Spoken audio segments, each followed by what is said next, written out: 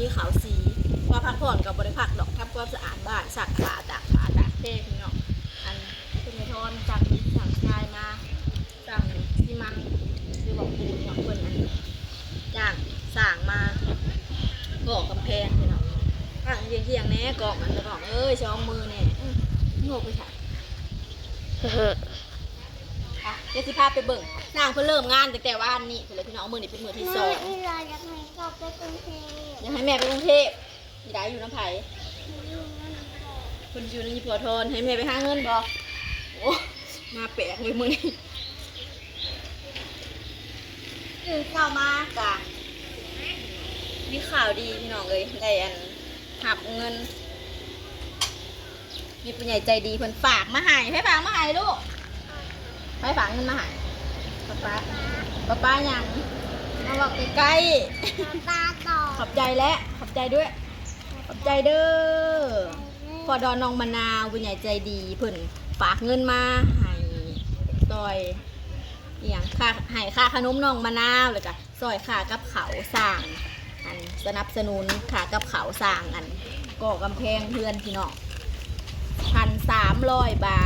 ทเพิ่นให้มา1,000 กว่าบาทเนาะเพิ่นให้มา1,000ก็ขอให้ได้คืนเป็นหมื่นเป็นแสนเป็นล้านเด้อจ้าขอบใจหลายๆพี่ดอนผู้ใหญ่ใจดี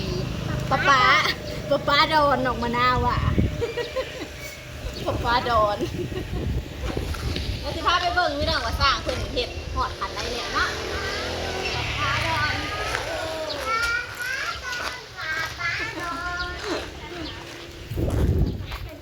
ป้าดอนขอบใจหลายๆเด้อบ่ลูก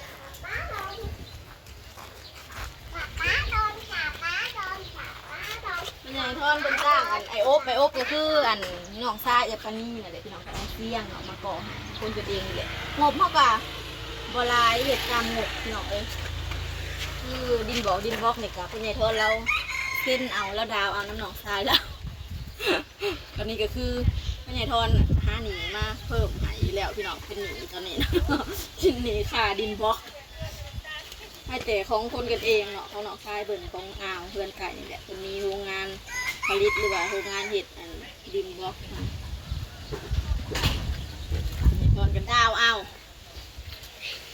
ไม่ออกมาแล้วโอ้ยมันเวลาเมื่อเขาไปที่เก้าจ้ามันในความหวานหวานเป็นไงทอนกำลังผมมันแตกหน่อยโอ้ยงงเนาะมังมอนมันบ่สุกซ้ำมีใจหมอนสีแดงมันเต็มต้นมันเป็นแล้วเมื่อไหร่ละมาสิได้กระติกเอาวิเขาลงมาได้ถ้าผักก่อน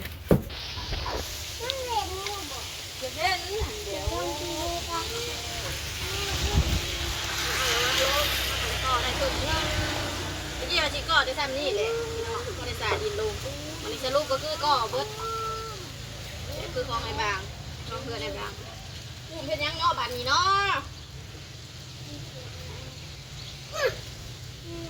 ข้าวเพื่อคือประกอบไปเบิดนะประกอบไปดีเบิดมาแล้ว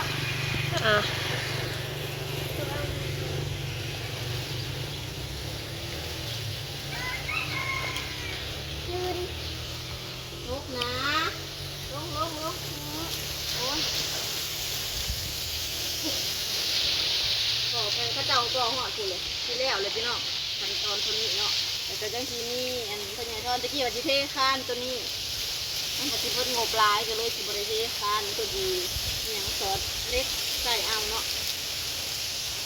ดูนี่คนก่อคู่วันนี้คนจะก่อก่อนเดียวคือหอดพุดเอาเล็กมาใส่อยู่เทิงคือของไอ้บางคือของลุงบางตอนนี้งบกระบาลปลายพี่น้องเลยเจ้าพญายทอนเราจะเห็นให้มันแล้วเนาะมันบ่แล้วก็นอนบ่รับจ้ะมันก็จำเป็นก็เลยต้องเห็ดพี่น้องปัดลงมาอีมองไปเด็กอีมองอีลูกลงมาได้แม่10 อย่างไปพูดอะไรได้สำหรับสปอนเซอร์ผู้ใหญ่ใจดีข่าวได้เด้อจ้าค่ะงบกำแพงเฮาแมนเป็นหนีเนาะตอนนี้เป็นยัง ไปใช้ เอาอูกแมวไปเลาะก็เบิ่ง หัวตก ถ่ายเล่นอันนั้นสิได้อันก็สิได้อัน เย้หล่นไป จาก ตา คนสะดินลงต่อไป หล่นไปปะเห็นมีสุดคนนำไปอยู่ไอ้ ไปคืน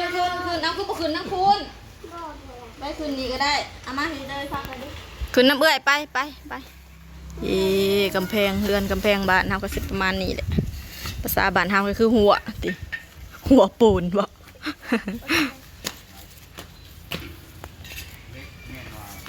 ไปคืนสิไปแล้วนี่บ๊ายบายแล้วขอบใจป้าดอนแล้ว บ๊ายบายไปเลยไปเบิ่งนำกันพี่น้องเป็นใหญ่ทอนบายบายมุมสูงต่อไปคันเท้าสะดินโลนกับ10 แผ่นกว่านี้อยู่พี่น้องเอ้ยคันพญายทอนบ่ปลูกใหม่เดี๋ยวพญายทอนก็ปลูกต้นมะนาวใส่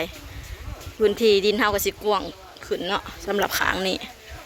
พญายทอนเราจะปลูกต้นมะนาวบ่ได้ใส่ไปสิแล้ววิอ่ะก็เลยอยู่ในทีมสุดนอนไปก่อนพี่น้องเอ้ยยังสิหาสักผ้าสักแพรฮะก็สิแล้วเลยทางนี้ยังได้ขั้นตอนต่อไป คิดว่ามันบ่ได้คักเลยกะเอาซ้ำคักก็ประมาณ สิได้กินนั่น ซ้ำก็คักแล้ว กล้วยอันนั้นกล้วยแซ่บเลย คักอะลีกล้วยเครือนี่ มึงอย่าให้มัน ฮะ ไข่อย่าให้มัน มันตึงแห้งมันบ่แซ่บบ่ บ่แซ่บเครื่องคันแตกเลยบ่แซ่บ มันสมเนาะ จะสมเครื่องคันว่าเชี่ยนอนแน่เลยโอ้ยแบบมันสุกนี่ หวานคักบ่ มันคักกล้วยยังก็คือกันอีโตอีเต้เหมือนกันกล้วยอันนี้อองโน่คือกันนั่นแหละผมก็เครื่องคันจนหม่นจนตึงบ่แซ่บเดี๋ยวรถไป มื้อนี้บ่คือลมเนาะ มันไม่แล้วขันมันลมไปแล้ว แบบว่านนี่ ไอ้อบจะสิเป็นลม